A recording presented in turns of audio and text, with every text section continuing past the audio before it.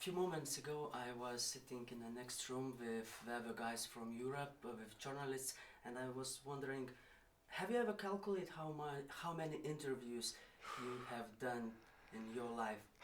No, I haven't. I don't know, it's a lot.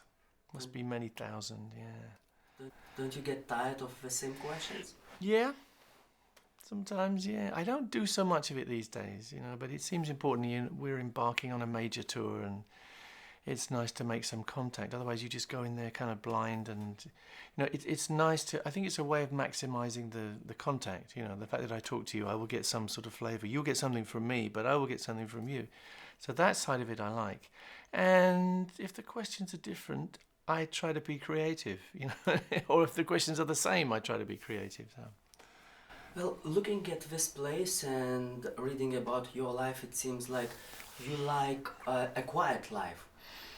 Still, you're on a stage for so many years. Is it difficult to have two different lives? Yeah, I chose the wrong profession for a quiet life, didn't I? Yeah, I do like some quiet. I like to make noise on stage, but I like to be peaceful and I like to choose when the noise comes, I guess. So I like loud music and I like to be making loud music. Not always loud, but I like to have the dynamic. I don't like to have loud stuff in my private life. No, I hate leaf blowers and people building basements next to me and just the general noise and hubbub. I'm not very good in public on the streets. I find it all kind of too aggressive. So maybe that's just somebody who's getting old. I don't know. Well, now you're doing a Europe tour. Where do you get energy for it? Because I remember your interview a few years ago, and you had to cancel a tour because of fight with cancer. And I had a scare. Yes, I was lucky. I escaped very well from that. Yeah. Well, it is about keeping fit because if you're not fit, you can't do anything. So now I take it pretty seriously. I think I ignored my body for the first 50 years of my life, maybe more. Just let it get on with its thing, do its thing. But now I take seriously looking after it and I try to eat well and I exercise every day. I work out and I just try to keep physically and mentally in the right state. And we're now 1 month from the first gig in Europe. So now I'm in training, now I'm sort of stepping up the fitness and now I'm playing every day so to get the fingers hardened, which is very important because if the fingers go, if the ends go, then I'm finished. I can't do anything. So yeah, I just work at it, but I enjoy it. It's like kids at school. You can't kind of force a child to learn something. He has to enjoy the process, and I enjoy this process still. It's probably better than ever. well, being group number one of all times, is it still important? This title, I mean, it still works for being a successful group. Yeah. It's. I don't think of it that way so much. I think that we have a certain audience and we speak in a certain way to that audience. And there's still like a kind of crusade thing about it. You're still kind of hoping that you reach new people and you make them, you find new feelings in your audience. But it's not really a feeling of competition. It's just a feeling of reaching and searching for something which makes us excited still, and so hopefully makes our audience excited. Does that answer the question? Yeah. In 1970s, have you ever thought that Q+AL became such a global thing, or it was like, I know, something for few guys like? I had no idea. Absolutely no idea. I think when we started off, if we ever got to play the Rainbow in London, which is like 1,800 seater, that would be the pinnacle that we could imagine. So I think everything after 1974 was a bonus. Going to these amazing places, playing the Budokan in Tokyo, playing Madison Square Garden, playing all these incredible places in Europe that I'd never even knew existed. It is beyond the wildest dreams. It really is. It's incredible. And to see people in countries where people really don't speak English, to see them singing our songs perfectly in English and understanding everything and connecting, it's been the most incredible thing. amazing thing. Do you still remember that taste of being famous? I mean, when you are young guys and everybody knows your songs, everybody wants to be close next to you, and Yeah, I mean, we've become kind of tourist attractions now. It after you've been along, you've been around for so long, it goes beyond being famous. You become a face that everybody knows, and they kind of assume that they know you personally, which is quite odd. So generally, if I walk down the street, a lot of people nod, say hi, and I don't know if I know them or not. And then some people get excited, which is nice, but you don't always have time to get into what they want to get into.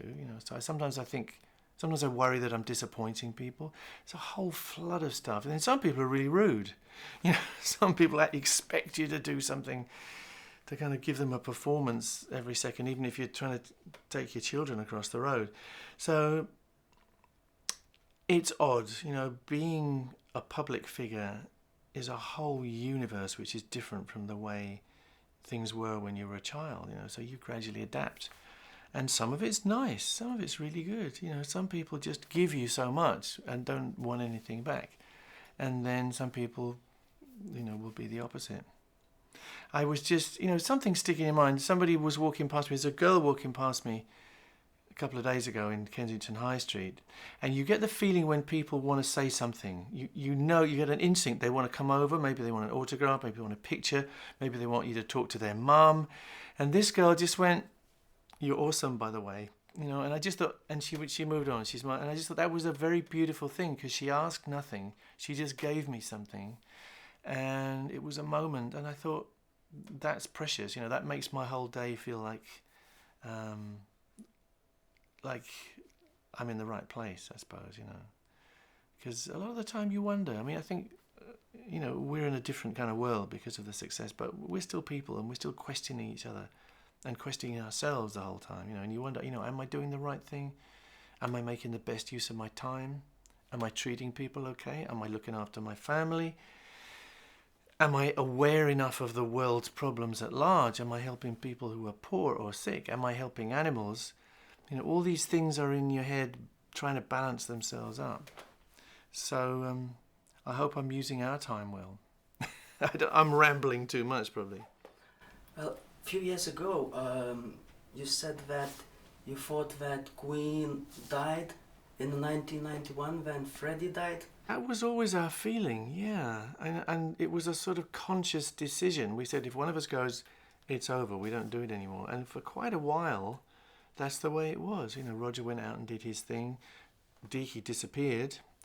And I went out and did my own solo stuff very passionately. I did 2 massive world tours just as me, foolishly singing.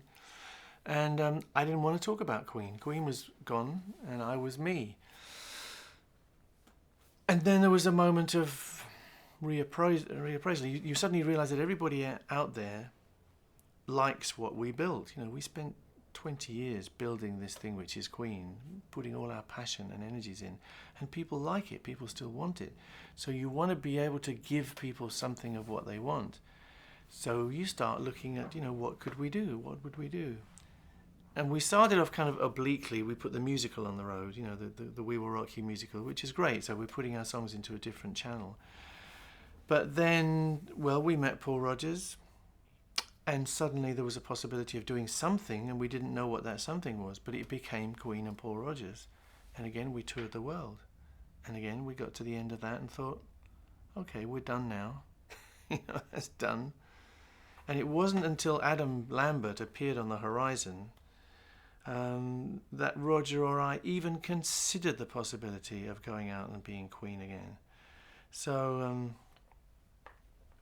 I think it's very fortunate. We feel very lucky that we have this opportunity to go out and do Queen.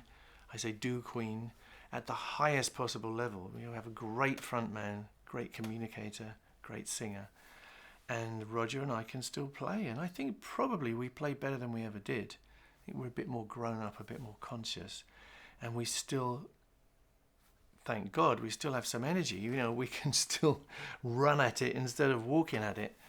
So I feel lucky. That's the long and short of it. I feel very fortunate. And as long as we can do this, I feel good about doing it. On a stage, Queen always looked like a real family. What was out of a stage?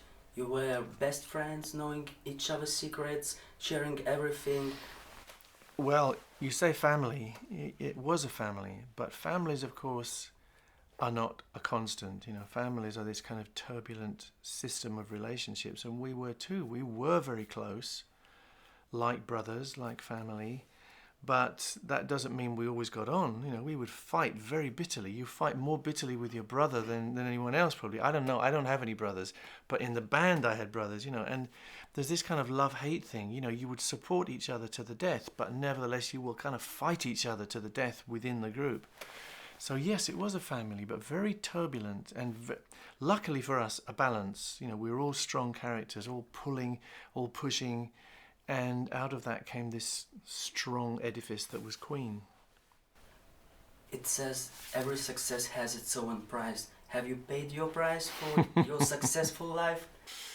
Yeah, everything is a double-edged sword. You know, you take the good and you take the bad. And yes, some of it's been difficult, but as the song says, I think it's been all worth it. Yeah, I wouldn't want to change it. I think it's been a glittering basket of jewels, and yes, there is pain that comes with it, but you know, everybody has pain in their life. It's just a question of what kind of pain, maybe. And now everybody wondering, Adam Lambert, is he new Freddie Mercury? I think he's the new Elvis. Yeah, sometimes I think he's closer to being Elvis than he is to being Freddie. But yes, you know, there's a great similarity in many ways. But the nice thing is that Adam does not have to imitate Freddie in any way whatsoever. You know, he sings the songs, but he sings them with his own interpretation. And he's also camp like Freddie was. He's also funny like Freddie was. He's also great at communicating. He's kind of impudent with an audience as Freddie was, but in slightly different ways. He's never trying to be Freddie. And so we have great freedom. He's now a member of the group, and we have that kind of interaction that we used to have in the old days. It comes out of strength. And we don't always agree, which is good. You know, Adam comes in not just saying, yes, I'm going to do this. He goes, no, I think we should do that. You know, why don't we try this? So we go, oh, okay. You know, because he's worthy. He's a creator, and he's an artist in his own right. So it's a good interaction. Very good. And do you think Freddie would approve Adam as a new team member? Totally. I think Freddie would absolutely love Adam. I don't doubt it for a minute. I think there would be a little kind of jealousy thing going on between them. A little bit of competition. I think he would absolutely adore him, yeah. Because I think Adam embodies so many of the dreams and the spirit that we started off with, you know, without even thinking. Yeah. And I sometimes in my mind I see Freddie and I see him looking at what we're doing with that kind of wicked glint in his eye, and I think, yeah, Freddie, I think you're happy with this. He's also happy because he's in it, you know. We didn't ditch Freddie. Freddie's in the show. You will see him. If you come and see the Queen show, you will see Adam and us in the moment, not like a museum piece, but you will also see Freddie, and Freddie will appear and do certain things. And because of technology, the modern technology, we can do that. So I think there's a nice balance, and I think Freddie would be more than happy. I hope he is happy. So, what people can expect going to your concerts? I mean, Queen on nowadays, how it's different, how it looks like. The show is very different. We made a conscious decision, and a lot of it was fueled by Adam's appetite for change. So this is a very different show from what you saw 3 years ago. It's much more themed. We kind of themed with News of the World and our friend Robot here, which we call Frank. We call him Frank because he was designed by Frank Kelly-Freas, a great science fiction painter.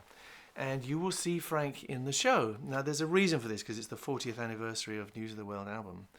But Frank kind of runs the show, and that was the decision. We can do it because we have these giant video screens which can move. We have them in 2 layers, so we can get this kind of 3-dimensional effect. So we have a lot of fun. It's a kind of cartoon element to the show, which there never was before. And Frank can kind of interact with us, like he can lift me up on his hand. So there's a lot of good kind of fun and games going on. You know, the music is the center still, you know, and we have great confidence in the music. But there's also a lot of elements of toys. You know, we call them gags. You know, there's a lot of gags in the show. So there's never a dull moment. There's lots of different colours, visually, sound-wise, and, you know, it's a whole experience. So it's gonna be something super cool. It's different. Yeah, it's nice. And I think that's probably why we get good reviews these days.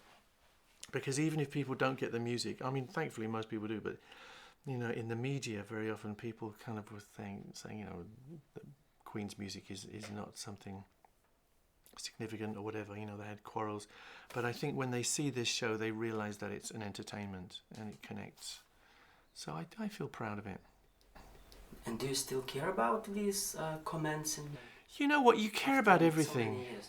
Yeah, you still care. I think everybody cares. You know, you can have 1,000 people saying, you're wonderful, and you have one person saying, you're rubbish, and you hear it. Yeah, you do. I think everybody feels it. And it's probably good that you do, because otherwise you might get complacent. Yeah, I like to hear the criticisms. I like to know what they are and address them, you know, and make my own decision about whether it's valid or not. Yeah, I think that's the way you move on. They say, you know, your best friends tell you the truth. So if you find, I mean, people they have their own agendas, I don't know. But if they say something in there which is a criticism but it's the truth, then it helps you. It gives you strength. It makes you analyse things anew. Okay. I think you are wonderful, so... Oh, bless you. Thank you very Thank you much. so much. Really appreciate it. Thank you.